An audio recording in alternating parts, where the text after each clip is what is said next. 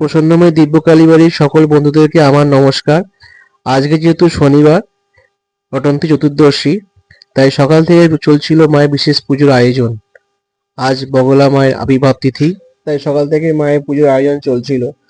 আমরা সবাই মিলে মায়ের পুজোর আয়োজন করছিলাম। যা যা আর কি মায়ের পুজোয় লাগে সেগুলো সব জোগাড় করেছিলাম।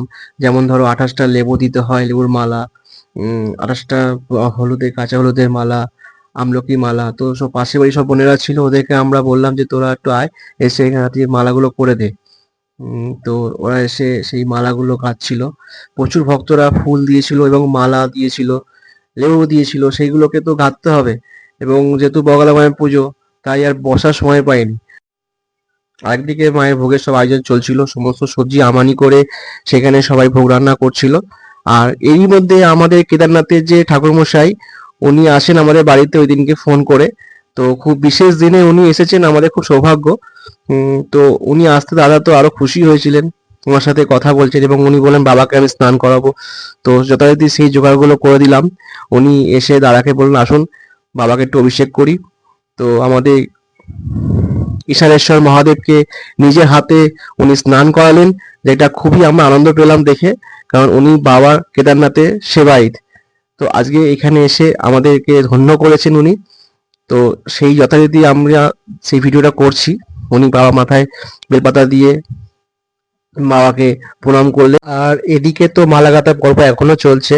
তো আমি কিছুক্ষণ জন্য বাইরে গেছিলাম, তো এসে দেখি যে দাদার গুরু ভাই উনি এসে পড়েছেন। আজকের মায়ের পুজোটা উনি করবেন। তো আমরা হাওড়াহাট থেকে সমস্ত ফুল গিয়ে নিয়ে এসেছিলাম, একটু সস্তা হয় তাই এখানে যেতে হয়। তো সেই ফুল মালা দিয়ে সমস্ত সাজিয়ে দেওয়া হচ্ছে বিগ্রহদের। আর ওইদিকে নৈবেদ্যের আয়োজনও হচ্ছে, অনেক গুরু ভাইরা এসেছে আমার, তারা সবাই জোগাড় করছে। আর এইদিকে পীতাম্বরী মা বগলামুখী সেজে নিয়েছেন তার নিজ সাজে, কাঁচা হলুদের মালা পরেছেন, লেবুর মালা, আমলকির মালা ভক্তরা দিয়েছেন।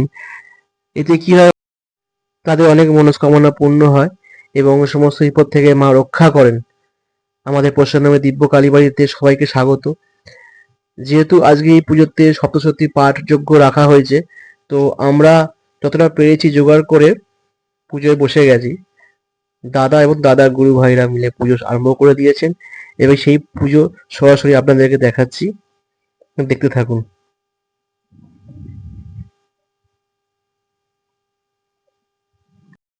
আর ভক্তদের নিয়ে আসা কিছু মিষ্টি নৈবেদ্য মায়ের কাছে নিবেদন করে দেওয়া হয়েছে। তার মধ্যে সমস্ত ভক্তরা, আমার নিজের মাসিরা সব বসে আছে মায়ের পুজোর পর অঞ্জলি দেবে বলে।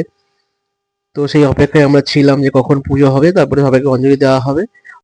হাওড়া হাট থেকে আমরা মায়ের জন্য অনেক সুন্দর সুন্দর ফুল এনেছিলাম। তো সেই ফুলগুলো মাকে নিবেদন করা হচ্ছে। তো আমার কিছু ছোট ছোট বন্ধুরা আছে, তারা মাকে ধূপ জ্বালাবে বলে আমার থেকে ধূপকাঠি নিয়ে নিয়েছে, নিয়ে বলছে আমরা জ্বালাবো। তো সেই ধূপকাঠি জ্বালিয়ে দিচ্ছে।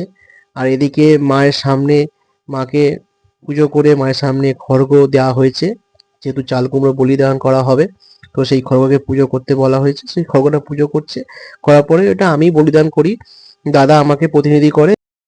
পুজোর শেষে এলো অঞ্জলির পালা। দাদা বলল সবাই হাতে ফুল নিয়ে নাও, অঞ্জলি করানোর পরে আমরা হোমে বসবো। তো সবাই মিলে ফুল নিয়ে মায়ের চরণে অঞ্জলি দিলাম। আর এদিকে হোমের আয়োজন করা হয়েছিল, দাদা বলল হোম করতে করতে সপ্তশতী পাঠও করা হবে। তো সেই যোগাযোগ আমার গুরু ভাইরা মিলে সব করেছি। তারপরে ওই দাদার যে গুরু ভাই ছিলেন, উনি সপ্তশতী পাঠ করা শুরু করলেন এবং খুব ভালো লাগলো শুনতে। দেখুন,